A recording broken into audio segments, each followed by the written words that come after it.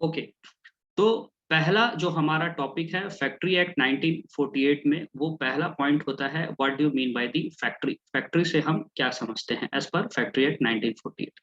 तो factory act 1948 कहती है कि कोई भी ऐसी इंडस्ट्रियल एस्टेब्लिशमेंट जिसमें अगर आपने किसी भी प्रकार का मैन्युफैक्चरिंग प्रोसेस किया, और वो मैन्युफैक्चरिंग प्रोसेस अगर आपने with the help of the power यानी कि बिजली का इस्तेमाल करके किया, और उस मैन्युफैक्चरिंग प्रोसेस के दौरान 1 साल के भीतर अगर आपने 10 या 10 से ज्यादा बंदों का बहाल करके रखा था, तो वो फैक्ट्री के दायरे में आता है। Number 1 thing. ओके। उसी तरह इसमें एक और पॉइंट होता है, वो पॉइंट बोलती है कि किसी भी इंडस्ट्रियल एस्टेब्लिशमेंट में अगर आप कोई मैन्युफैक्चरिंग प्रोसेस करते हैं और उस मैन्युफैक्चरिंग प्रोसेस को without the help of the power of करते हैं, यानी कि आप पावर का इस्तेमाल नहीं करते हैं, बिजली का इस्तेमाल आप नहीं करते हैं, और मैन्युफैक्चरिंग प्रोसेस के दौरान अगर आपने 20 या 20 से ज्यादा बंदों का बहाल करके रखा था, तो उसको भी फैक्ट्री के दायरे में रखा जाएगा। तो ये 2 पॉइंट होती है जो बताती है कि किसको हम फैक्ट्री बोलते हैं और किसको हम फैक्ट्री नहीं बोलते। ये नंबर 1 थे। ओके। ओके।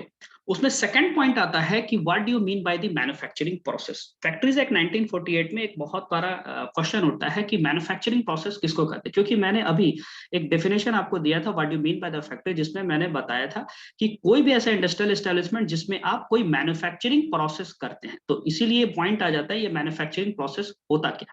तो इसको समझेंगे। फैक्ट्रीज एक्ट 1948 कहता है कि मैन्युफैक्चरिंग प्रोसेस आप किसको कहते हैं। देखिए, 5-6 ऐसी कंडीशंस होती है जिसको माना जाता है कि आप मैन्युफैक्चरिंग प्रोसेस में इन्वॉल्व करते हैं। अब वो 5-6 प्रोसेस क्या है, मैं आपको थोड़ा सा डिफाइन कर देता हूं। पहला, कि जो भी कोल्ड स्टोरेज होता है, जो भी कोल्ड स्टोरेज होता है, तो उस कोल्ड स्टोरेज में अगर आप किसी भी आर्टिकल को स्टोर करते हैं या प्रिजर्व करते हैं। नंबर 1, कोई भी कोल्ड स्टोरेज होता है, तो उस कोल्ड स्टोरेज में अगर आप किसी भी आर्टिकल को स्टोर करते हैं या फिर उस आर्टिकल को अगर आप प्रिजर्व करके रखते हैं, तो उसको मैन्युफैक्चरिंग प्रोसेस में कहेंगे। कोल्ड स्टोरेज एक ऐसी जगह होती है, जैसे आप एफसीआई के बारे में सुनते होंगे, फूड कॉर्पोरेशन ऑफ इंडिया, तो फूड कॉर्पोरेशन ऑफ इंडिया भी तो एक कोल्ड स्टोरेज अपना रखता है, तो उसमें आर्टिकल्स, उसकी अपनी आर्टिकल्स होती है। फॉर एग्जाम्पल वीट हो गया, राइस हो गया, कुछ भी हो गया, तो उसको वो स्टोर या प्रिजर्व करके रखता है। तो फैक्ट्रीज एक्ट के मुताबिक उसको हम फैक्ट्री के दायरे में रखेंगे। नंबर 1 थी। ओके। ओके। दूसरा जो इसमें कंसेप्ट होता है, मान के चले आपके पास कोई भी एक वेसल है, आपके पास मान के चले कोई भी एक वेसल है या कोई पुरानी शिप है, वेसल या पुरानी शिप है, तो उस वेसल या पुरानी शिप को अगर आप किसी प्रकार का कंस्ट्रक्शन करते हैं, या अगर आप उसको रिकंस्ट्रक्शन करते हैं, या फिर आप उसकी रिपेयरिंग करते हैं, ओके, या फिर आप उसकी रिफिटिंग करते हैं, या फिर आप उसकी फिनिशिंग करते हैं, ओके, तो इसको भी हम मैन्युफैक्चरिंग प्रोसेस के ही दायरे में डालेंगे। कहने का मतलब है कि कोई भी एक पुरानी आपकी कोई वाहन होगी, वाहन कहने का मतलब है कोई वेसल होगा, ओके, जैसे कोई पुरानी शिप होगी, तो उसको आप या तो कंस्ट्रक्शन कर रहे हो, नए तरीके से बना रहे हो, या आप उसको रिकंस्ट्रक्शन कर रहे हो, बनी बनाई चीज को फिर से आप उसको बना रहे हो, या नहीं तो आप उसकी रिपेयरिंग कर रहे हो, उसमें किसी प्रकार के उसके पार्ट एंड पार्सल में उसके किसी पुर्जे में कोई खराबी आ गई हो, आप उसको ठीक करने की कोशिश कर रहे हो, ओके, या नहीं तो आप रिफिटिंग कर रहे हैं, उसकी बहुत सारी टेक्नोलॉजी एडवांस होती है, तो नई नई इक्विपमेंट्स आती है, तो आप उस इक्विपमेंट्स को उसमें एड ऑन करते हैं, उसको उसमें डालते हैं, तो उसको रिफिटिंग करते हैं, या आप वो कर रहे हो, या आप उसकी फाइनल फिनिशिंग दे रहे हो, जैसे पॉलिशिंग हो गया, तो आप फाइनल फिनिशिंग दे रहे हो, या तो इनको भी आप मैन्युफैक्चरिंग प्रोसेस में इंक्लूड करें। तो ये 2 पॉइंट हो गए। ओके। तीसरा पॉइंट होता है पावर से रिलेटेड, बिजली से रिलेटेड। तो कभी भी अगर आप कोई बिजली से संबंधित या तो जनरेशन करते हो, ट्रांसमिशन करते हो, या डिस्ट्रीब्यूशन करते हो, तो अगर आप जनरेशन कर रहे हैं, ट्रांसमिशन कर रहे हैं, या फिर अगर आप डिस्ट्रीब्यूशन कर रहे हैं, तो इसको भी हम मैन्युफैक्चरिंग प्रोसेस में ही इन्वॉल्व करेंगे। तो सवाल होता है जनरेशन, ट्रांसमिशन, डिस्ट्रीब्यूशन क्या होता है, तो मैं बता दूं, बिजली डायरेक्ट आपके घर में नहीं पहुंचती है, पहले एक पॉइंट होता है जहां पर उस बिजली को पैदा किया जाता है। तो जो पॉइंट जहां पर हम बिजली को पैदा करते हैं, है ना, तो प्रोडक्शन करते हैं, तो उसको बोलते हैं जनरेशन प्लांट। जैसे एनटीपीसी का आपने नाम सुना होगा, नेशनल थर्मल पावर कॉर्पोरेशन। तो ये एनटीपीसी क्या करती है, एनटीपीसी का अपना एक साइट होता है जहां पर ये बिजली को पैदा करती है, तो उसको जनरेटिंग प्लांट करते हैं।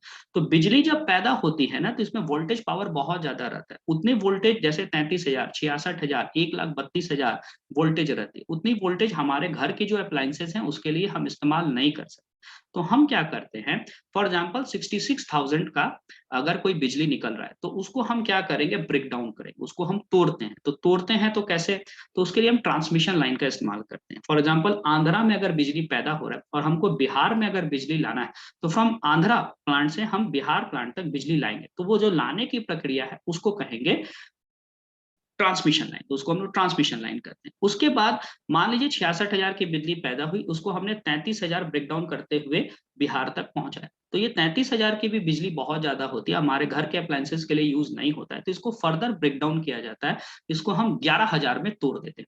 तो 11,000 की जो बिजली में तोड़ देते हैं, तो इसी को हम लोग कहते हैं डिस्ट्रीब्यूशन लाइन। फिर यहाँ पर एक ट्रांसफार्मर लग जाता है, और जो आपके आस पड़ोस में आप देखते होंगे ट्रांसफार्मर लगा होगा, तो यही डिस्ट्रीब्यूशन लाइन से हमारे घर तक अप्लायंसेस जाता है। तो ये जो पूरी प्रक्रिया होती है, इसको भी मैन्युफैक्चरिंग प्रोसेस में इन्वॉल्व किया जाता है। ओके, और एक चौथी पॉइंट होती है जिसको भी मैन्युफैक्चरिंग प्रोसेस में ही हम लोग डालते हैं। वो क्या होता है, मैं आपको बता दूं।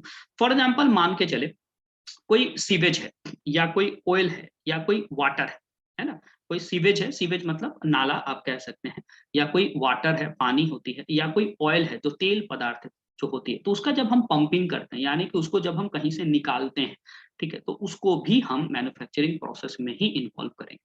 ठीक है, जैसे आप पेट्रोलियम, जैसे रिलायंस इंडस्ट्रीज का आप देखते होंगे, जामनगर वगैरह साइड में ऑयल की उसकी बहुत बड़ी इंडस्ट्रीज है। तो वो क्या करता है, ऑयल का पंपिंग करता है। तो ऑयल की चाहे आप पंपिंग कर रहे हो, या वाटर की आप पंपिंग कर रहे हो, या आप सीवेज की पंपिंग कर रहे हो, मतलब उसको निकाल रहे हो, तो उसको हम लोग मैन्युफैक्चरिंग प्रोसेस में ही इंक्लूड करेंगे। ओके, उसके बाद एक और मैन्युफैक्चरिंग प्रोसेस में टर्म्स आता है। अगर आप किसी भी प्रकार की आर्टिकल्स को बना रहे हैं, आर्टिकल्स मतलब कोई भी प्रोडक्ट आप कह सकते हैं। तो अगर आप किसी भी प्रकार की कोई आर्टिकल्स को अगर आप मैन्युफैक्चर कर रहे हैं, तो उसको या तो आप बना रहे हैं, मेकिंग कर रहे हैं, या नहीं तो आप उसको अल्टरिंग कर रहे हैं, मतलब आप उसमें किसी प्रकार के उसके बनावट को चेंज करने की कोशिश कर रहे हैं। ठीक है, बहुत सारे मार्केट में प्रोडक्ट होता है, आप देखते होंगे।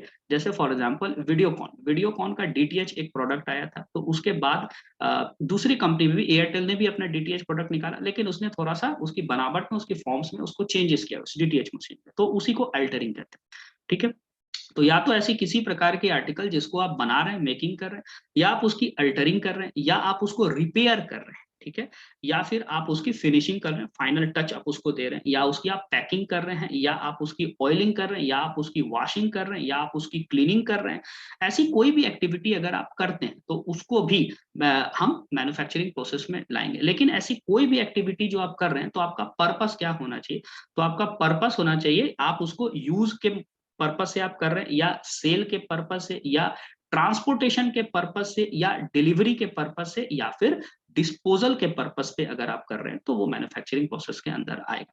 मैं फिर से एक बार रिपीट कर देता हूं, तो कोई भी ऐसी आर्टिकल है जिसको या तो आप बना रहे हैं, मेकिंग कर रहे हैं, या अल्टरिंग कर रहे हैं, या रिपेयरिंग कर रहे हैं, फिनिशिंग कर रहे हैं, पैकिंग कर रहे हैं, ऑयलिंग कर रहे हैं, वॉशिंग कर रहे हैं, क्लीनिंग कर रहे हैं, ऐसे किसी भी आर्टिकल को। और पर्पस क्या है ये सारी चीजों करने का, तो पर्पस मेरा एक क्लियर है कि या तो हम यूज के मकसद से करेंगे, इस्तेमाल करने के मकसद से, या नहीं तो ट्रांसपोर्टेशन मेरा मकसद होगा, नहीं तो डिलीवरी मकसद होगा, नहीं तो डिस्पोजेबल मकसद होगा, नहीं तो सेल करना मेरा मकसद होगा। तो ये मैन्युफैक्चरिंग प्रोसेस के अंदर आता है। तो ये 5 बेसिक एक्टिविटी होती है जो फैक्ट्रीज एक्ट 1948 कहती है कि ये मेरी मैन्युफैक्चरिंग प्रोसेस के अंदर आएगा।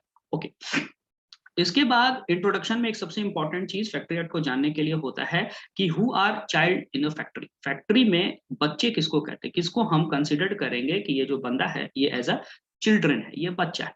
तो इसका एक क्लियर कट डेफिनेशन बोला गया है, फैक्ट्रीज एक्ट में बोला जाता है कि किसी भी ऐसे बंदे को आप एज ए चिल्ड्रन कंसिडर करेंगे कि those who have not completed the 15th year of the age, यानी कि कोई भी ऐसा बंदा जिसने अभी तक अपने 15 साल की उम्र को अचीव नहीं करके रखा। ठीक है, कोई भी ऐसा बंदा जिसने अभी तक अपने 15 साल की उम्र को अचीव नहीं करके रखा, यानी कि 15 साल से वो नीचे है, 15 साल से उसकी उम्र अगर नीचे है, तो उसको हम लोग चिल्ड्रन के रूप में कंसिडर करेंगे। यानी कि अगर कोई बच्चा, अगर आप कंसिडर कर लो कोई भी एक इंडिविजुअल अगर 14 साल 11 महीने और 364 दिन का भी अगर है, तो अगर ऐसा भी है, तो उसको भी हम कंसिडर करेंगे एज ए चिल्ड्रन, क्योंकि उसने अभी तक अपना 15 साल अचीव नहीं किया। तो those who have not completed the 15th year of age, that is considered to be as a child in the factory act. Okay, इसी में एक दूसरा डेफिनेशन निकलता है कि what do you mean by the adolescence in a factory. Adolescence किसको कहते हैं? तो इसका एक डेफिनेशन ये बोला जाता है कि जिसने अपना 15 साल का उम्र अचीव कर रखा है, those who have completed the 15th year of age, जिसने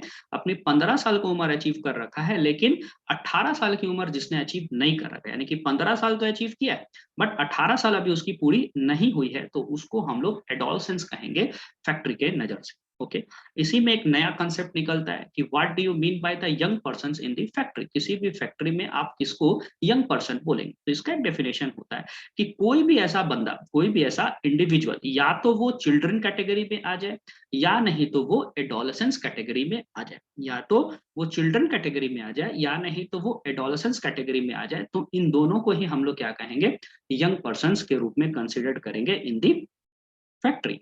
ओके, अब इसमें एक और डेफिनेशन निकल के आता है, who are adults in the factory. Factory में एडल्ट्स कौन होते हैं? तो इसका डेफिनेशन ये बोला जाता है कि those who have completed the 18th year of the age, यानी कि जिसने अपने जिंदगी का 18 साल पूरा कर लिया है, यानी कि जो व्यक्ति 18 या 18 साल के ऊपर का होता है, तो उसको हम लोग किसी भी फैक्ट्री में एडल्ट पर्सन के कैटेगरी में रखते हैं। और एक लास्ट सबसे इंपॉर्टेंट डेफिनेशन जो फैक्ट्रीज एक्ट के रिलेटेड होता है, वो होता है who are the workers in the factory.